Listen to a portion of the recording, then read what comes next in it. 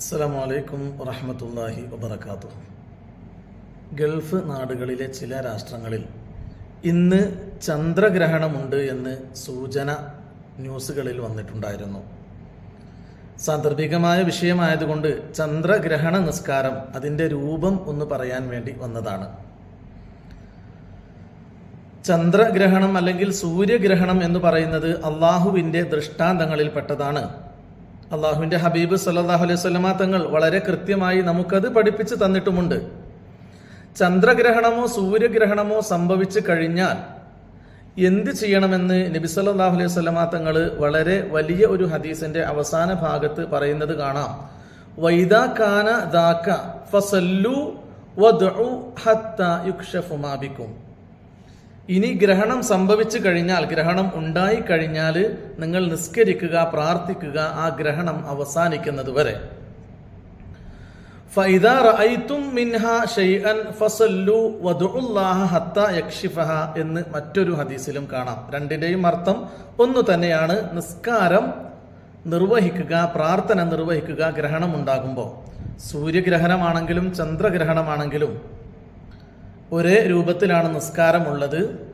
ഇന്ന് ചന്ദ്രഗ്രഹണമായതുകൊണ്ട് ചന്ദ്രഗ്രഹണ നിസ്കാരം 2 റക്അത്ത് അള്ളാഹുവിനു വേണ്ടി അദാ ആയി ഇമാമോട് കൂടി ഞാൻ നിസ്കരിക്കുന്നു എന്ന് നിയത്ത് ചെയ്തുകൊണ്ട് തക്ബീറത്തുൽ ഇഹ്റാം ചൊല്ലുക.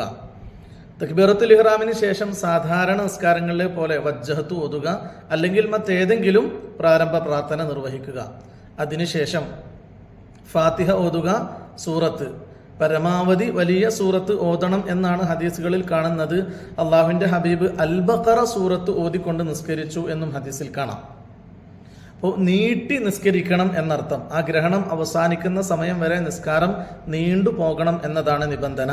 നമ്മൾ ജമാഅത്തായിട്ട് നിസ്കരിക്കുന്ന ആളുകൾ പള്ളിയിൽ ഏത് രൂപത്തിലാണോ നിസ്കരിക്കപ്പെടുന്നത് അതുപോലെ അവരോടൊപ്പം തുടരുക. ഇനി ജമാഅത്തിന് പോകാൻ സൗകര്യമില്ലാത്ത ആളുകൾ ഗ്രഹണത്തിന്റെ സമയം ഇത്ര മുതൽ ഇത്ര വരെയാണ് എന്നറിയുമെങ്കിൽ കഴിയുന്ന രൂപത്തിൽ വീട്ടിലൊക്കെ നിസ്കരിക്കുക. ഞാൻ പറഞ്ഞതുപോലെ നിയത്ത് ചെയ്തുകൊണ്ട് തക്ബീറത്തുൽ ഇഹ്റാം ചൊല്ലുക, അതിനുശേഷം വജ്ജഹത്ത് ഓതുക, ശേഷം ഫാത്തിഹ, ശേഷം ഒരു സൂറത്ത്, അതിനുശേഷം റുക്കൂ ചെയ്യുക. സാധാരണ നിസ്കാരങ്ങളെ പോലെ റുക്കൂയിലും അത്യാവശ്യം കുറച്ചധിക സമയം നിന്ന് ദിക്റുകളൊക്കെ കൂടുതൽ ചൊല്ലിയതിന് ശേഷം എഴുത്തിദാലിലേക്ക് മടങ്ങി വരിക, നിൽക്കുക.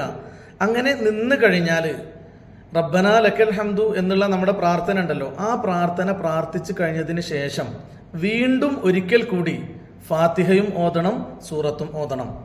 അതാണ് മറ്റു നിസ്കാരങ്ങളിൽ നിന്ന് ഗ്രഹണ നിസ്കാരത്തിന്റെ വ്യത്യാസം. ഓരോ റക്അത്തിലും 2 റുക്കൂ വീതം വരും. അപ്പൊ അങ്ങനെ രണ്ടാമതും ഫാത്തിഹ ഓതുക, സൂറത്ത് ഓതുക, അതിനുശേഷം റുക്കൂയിലേക്ക് പോവുക. സാധാരണ നിസ്കാരം പോലെ റുക്കൂയിൽ നിന്ന് ഉയർന്ന് എഴുത്തിദാലിൽ നിന്നതിന് ശേഷം ദിക്ർ ചൊല്ലി പിന്നീട് സുജൂദിലേക്ക് പോവുക. സാധാരണ പോലെ 2 സുജൂദ് നിർവഹിക്കുക. ഇതേ രൂപത്തിൽ രണ്ടാമത്തെ റക്അത്തും ചെയ്യുക. ചുരുക്കത്തിൽ 2 റക്അത്തിലായിക്കൊണ്ട് 4 റുക്കൂഉം 4 സുജൂദുമാണ് ഗ്രഹണ നിസ്കാരത്തിന് വരുന്നത്. സാധാരണ നിസ്കാരം പോലെ അത്തഹിയ്യാത്തൊക്കെ ഓതിക്കൊണ്ട് നമ്മൾ ദുആ ചെയ്ത് സലാം വീട്ടുക. സലാം വീട്ടിയതിന് ശേഷം നമസ്കാര ശേഷം ഇമാം 2 ഖുതുബ നിർവഹിക്കുക. അതാണ് ഗ്രഹണ നിസ്കാരത്തിന്റെ ചുരുങ്ങിയ രൂപമാണ് ഞാൻ പറഞ്ഞത്. അത് പരമാവധി നീട്ടി നിസ്കരിക്കണം എന്നാണ് പറയുന്നത്.